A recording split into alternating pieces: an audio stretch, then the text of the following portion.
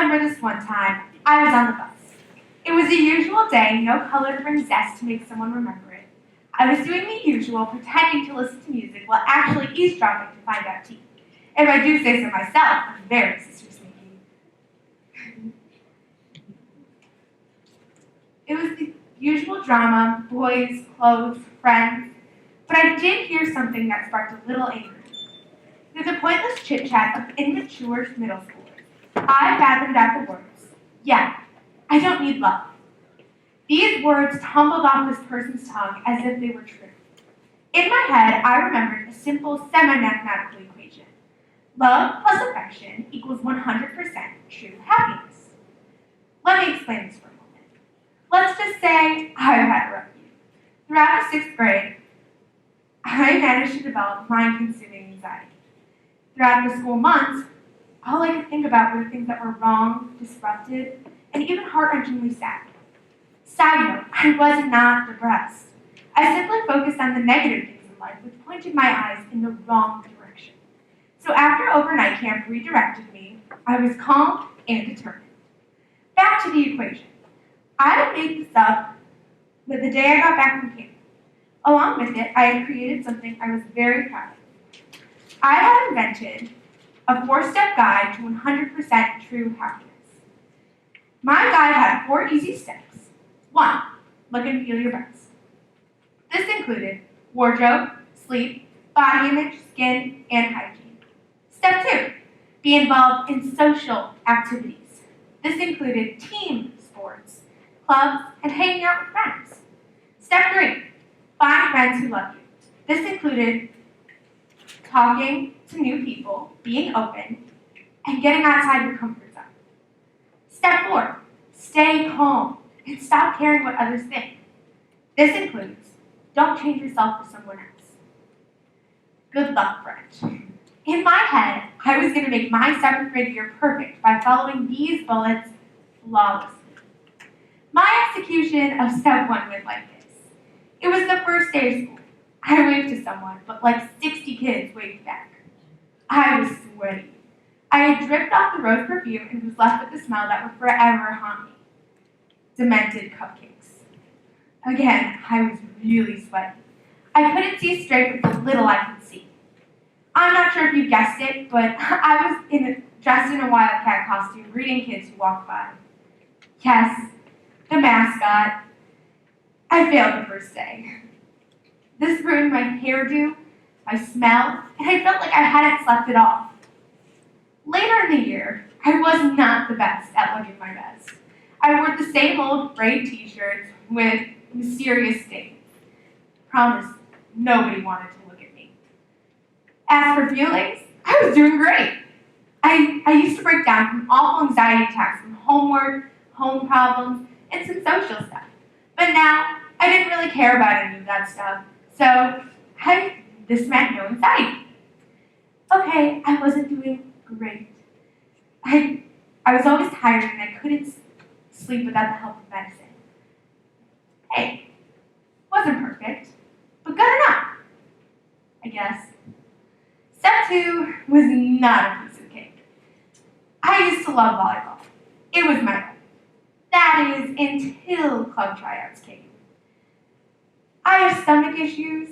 It was one of those days, but it was also tryouts. As I suspected, I could barely run a lap without puking. I would keep battling, but I think we all know what happened and left me teamless.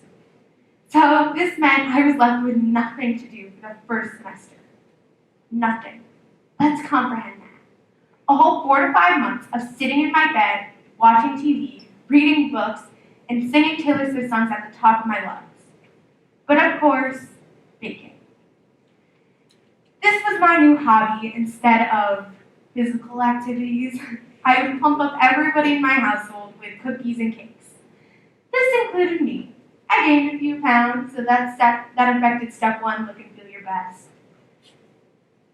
So when winter break came, my mom told me to pick up my hot mess of a life and she signed me up for dance classes. So I was getting some activity. I was also in the musical, so that helped. These activities also involve people. So, problem solved, kind of. Hey,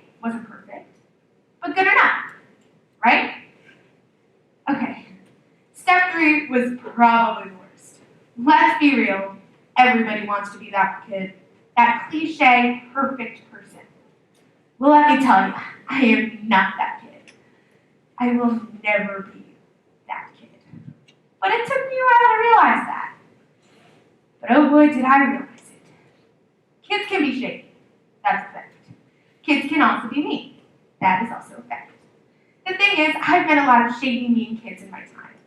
They were being themselves, but the thing about me is I don't let other people's comments get to me. You know the term one ear and out of the other? Yeah, I'm the real live version of that. Caring wasn't a problem. Being included, now that's a different story. I have 6 friends. It took me a solid 4 years to realize that I needed more friends. My overpowering appearance made it difficult for me to befriend smaller kids. But I managed to find a bestie. My best friend in the whole entire world moved away. I was extremely mad, sad, and confused. And then I realized that all my other friends don't go to school with me. So I had to get outside my comfort zone and talk to new people. I managed to find these girls who so far seem to love me. I mean, I get to hang out with them, and that's what matters, what the people see. Hey, wasn't perfect, but good enough, I think. Step 4 was definitely the worst. I am not a calm person. I get worked up over every little thing. I have a need to be needed, and when I'm not needed, I feel like I've done something wrong. I also have trouble not adapting to others' personalities. Sometimes I can't figure out who I am, so I mold myself to fit into others' lives. Take Michael Schulman, for example. I'm neat and funny when I'm around him. This is the kind of person that Micah needs to have around, so I fit that persona. I do that. I change myself. I meditate sometimes. I also use these crystals from the Crystal Lady. Hey, wasn't perfect. I also have had a therapist through this whole process. That is, I didn't tell her everything until the night it happened. Now, you're probably wondering what happened. Well, I had just gotten home from a mitzvah. It was a rager. I was tired and a hot mess. Then I realized I forgot my coat. In my head, I commented about how I hadn't thrown a fit in 5 months. I was holding in all my sadness and anger because I was all caught up in being happy. I practically forgot I had other emotions. Thoughts like, why am I not happy? I did everything right? But I couldn't see straight. I threw a fit. I started screaming at everybody. I wasn't happy. I was the opposite of happy. I was broken.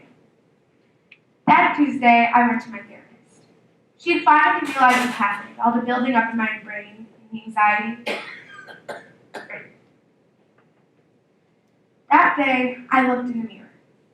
I didn't recognize the person staring back at me. But I stood a little longer, and I saw a glimmer of sunshine that I still had left. Like John Kabat-Zinn stated, wherever you go, there you are. There was one flaw in my guy. I thought relying on other people to make you happy would work, but it doesn't. I've learned through my small segment on Earth that the only way to truly be happy is to have enough hope and love and respect for yourself to provide all that you need. Now, I'm not telling you that donutting in a parking lot isn't joy-provoking. It is. The point is, you have to love yourself, in whatever shape, form, orientation, color, and whatever. You are you. The most important relationship you will ever have is with yourself. Because there was one thing that was right on my guide. You don't change your personality for anyone. This includes you. Fight the urge to blend in and settle for a small fragment of warm fuzzies for what could be a lifetime. The truth is, there's no guide to happiness. Everybody is different. But there's one thing that's the same. The key to contentment is to be who you are and take your personality's true form. Now, I might not quite be there yet. I still have anxiety, my problems don't just go away. But with work and struggle and hardship, I will be a ball of joy. Now the question, the equation. Do you equal happy?